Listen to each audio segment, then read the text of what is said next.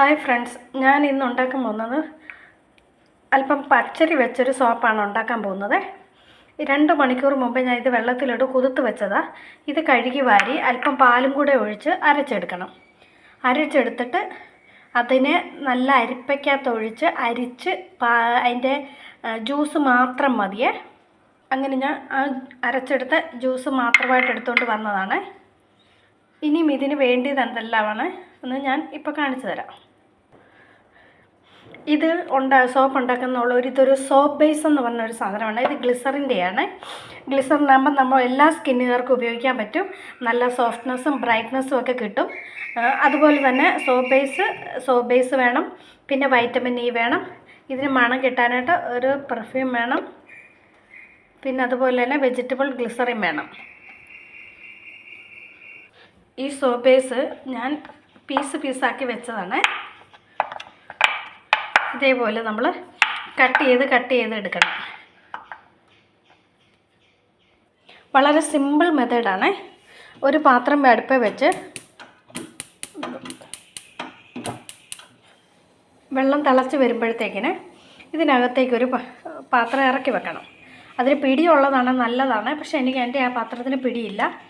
ആ പാത്രം ഇങ്ങനെ വെച്ചിട്ട് നമ്മളിപ്പോൾ ഇതിൻ്റെ പർപ്പസ് എന്താണെന്ന് വെച്ചാൽ നമ്മളിത് ഡബിൾ ബോയിലിംഗ് ചെയ്യാൻ പോവാണ്. അത് ആ പാത്രത്തിലേക്ക് വാരിയിട്ട് അതിൻ്റെ കൂട്ടത്തിൽ വെള്ളമോ ഒന്നും ഒഴിക്കേണ്ട. അത് ആ തിളച്ച വെള്ളത്തിലിരുന്ന് തനിയെ മെൽറ്റായിക്കോളും. നല്ല രീതിയിൽ ഒരുപാട് ഇളക്കണ്ട. ഇളക്കുമ്പോൾ ഉണ്ടല്ലോ പത വരും. പത വരുമ്പോൾ ഈ പത പോകാനായിട്ടാണെങ്കിൽ ഒരു കെമിക്കലുണ്ട്, ഒരു ആസിഡ് ഉണ്ട്.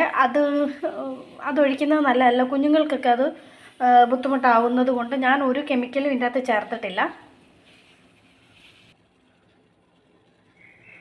ഇത് തനിയെ ഇതിൻ്റെ അകത്തിരുന്ന് മെൽറ്റായിക്കോളുവേ.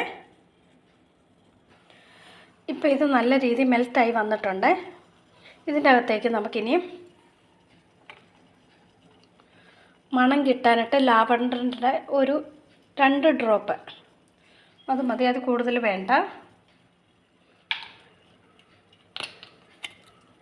ഇനി നമ്മൾ ഉണ്ടാക്കി വെച്ചിരിക്കുന്ന ജ്യൂസ് ഇതിനകത്തേക്ക് ഒഴിക്കാം.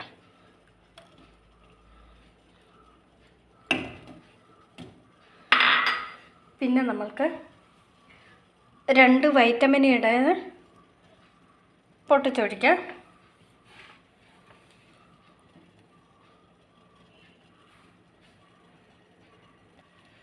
അല്പം ഗ്ലിസറിൻ ഒഴിക്കാം. ഗ്ലിസറിൻ ഒരു സ്വല്പം കൂടിയാലും കുഴപ്പമില്ല, മുഖത്തിന് നല്ലതാണ്. പിന്നെ ഇതിൻ്റെ അകത്ത് നമുക്ക് ചേർക്കേണ്ടത്, ഞാൻ ഇതിൻ്റെ അകത്ത് ഒഴിക്കാൻ പോകുന്ന ഓയിൽ ആൽമണ്ട് ഓയിലാണ്. കുറച്ച് ആൽമണ്ട് ഓയിൽ നമുക്ക് ഒഴിക്കാം. അങ്ങനെ ഇത് നല്ല രീതിയിൽ മെൽറ്റായി വന്നിട്ടുണ്ട്. നമ്മളിത് എന്താ ചെയ്യേണ്ടത്, ചൂടോടെ ഒഴിക്കണം. ചൂടാറിയിട്ടല്ല അതിൻ്റെ അകത്ത് ഒഴിക്കേണ്ടത്, ചൂടോടെ ഇതിൻ്റെ അകത്തേക്ക് ഒഴിക്കണം. ചൂടാറിയാൽ ഇത് സെറ്റായി പോകും. ഇത് 100 ഗ്രാമിൻ്റേതാണ്.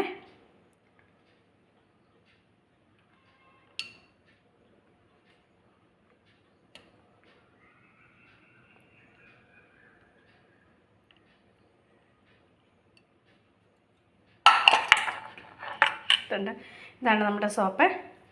അപ്പോൾ ഈ വീഡിയോ ഇഷ്ടമായവർ ലൈക്ക് ചെയ്യുക, ഷെയർ ചെയ്യുക, സബ്സ്ക്രൈബ് ചെയ്യുക.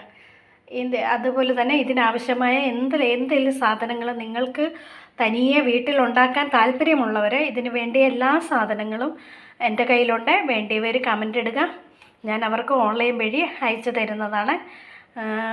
അപ്പോൾ അടുത്ത വീഡിയോ ആയി വരുന്നിടം വരെ ബായ്.